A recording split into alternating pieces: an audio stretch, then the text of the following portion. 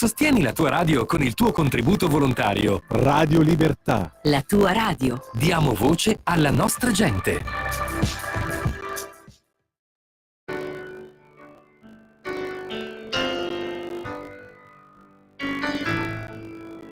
Va ora in onda Liberamente. Variazioni e scorribande con Giovanni Sallusti.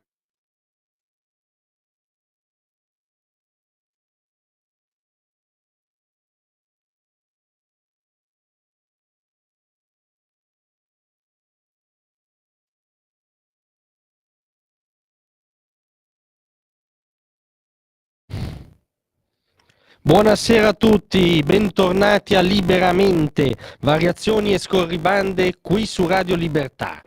Allora, stasera il titolo potrebbe essere: esistono i grillini, non esistono i contini e non esisteranno mai. Mi spiego, la notizia politica, se vogliamo chiamarla politica, diciamo, di oggi è la definitiva, totale, irreversibile implosione del Movimento 5 Stelle, perché la rottura tra l'ideatore, fondatore, creatore e porta pochette, l'avvocato del popolo, è palese, è oggi palese, nel senso che c'è la notizia che Conte non rinnova il contratto a Beppe Grillo perché è un profondo dissidio ideale proprio su valori di fondo, non rinnova il famoso contratto da 300.000 euro che Beppe Grillo ha col movimento. Sono venute meno le ragioni di una collaborazione contrattuale, in quanto il fondatore sarebbe responsabile di una controcomunicazione, dice Conte nella sua, diciamo, lingua azzecca garbugliesca. Lo staff di Grillo puntualizza che ancora in vigore andrà la sua naturale scadenza nei prossimi mesi. Conte risponde: comunque non lo rinnoverò, il rapporto è finito, insomma finisce a carte bollate, a rivendicazioni, diciamo, molto prosaiche. Però qual è il punto politico? Se uscendo da questa, come dire, appunto, commedia prosaica tra i due, il punto politico è questo. Allora, chi vi parla detesta proprio filosoficamente il grillismo. Già il fatto che si chiama grillismo però indica chi è, come dire, il detentore, colui senza il quale non esiste questa strana forma della post-politica, nel senso che Beppe Grillo ha fondato questo movimento sulla parola d'ordine del vaffa, quindi, come dire, esplicitando che era bandito qualunque approccio costruttivo, che il punto era come dire, dare voce a qualunque risentimento senza metterci nessuna piattaforma politica sopra. Ha sdoganato il dogma mortifero dell'uno vale uno, questa boiata pazzesca, avrebbe detto un altro comico genovese, Paolo Villaggio. In realtà lui avrebbe detto cagata pazzesca, cito letteralmente. È stato il movimento, come dire, è stato il partito del fatto quotidiano da un certo punto di vista, no?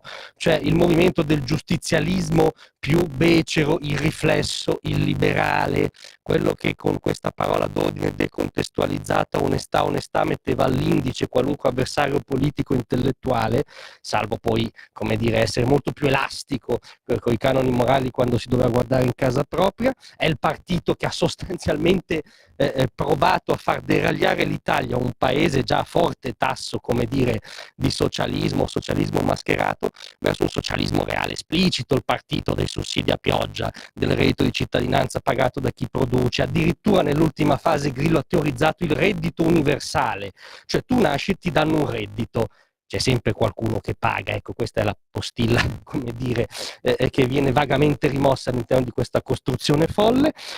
Partito che in politica estera le ha sbagliate tutte, perché ha flirtato più o meno dichiaratamente con, credo, qualunque stato canaglia dittatore esistente sulla faccia della terra. Conte ha teorizzato una equivicinanza a Cina e Stati Uniti. Grillo ha più volte agito chiaramente da, come dire, sponda, ha dato sponda, diciamo così, al regime cinese in Italia, anche durante la stagione del Covid, forse soprattutto. Amore per il Venezuela, amore per il socialismo sudamericano, no? Contro il malvagio capitalismo yankee, insomma, una impalcatura ideologica che io detesto a priori. Ci ho detto, bisogna riconoscere una cosa, tutto questo non sarebbe mai esistito senza un uomo, Giuseppe Piero Grillo, detto Beppe. Cioè tutto questo è stato solo come se fosse, diciamo, l'ultimo atto di un suo spettacolo, cioè tutto questo canovaccio inverosimile è stato appeso semplicemente al suo talento indubbio, indiscutibile per chiunque sia onesto intellettualmente, di intrattenitore, showman, narratore, satiro, moralista. Quello era l'unico valore ed è per questo che esistono i grillini ed è per questo che non potranno mai esistere i contini.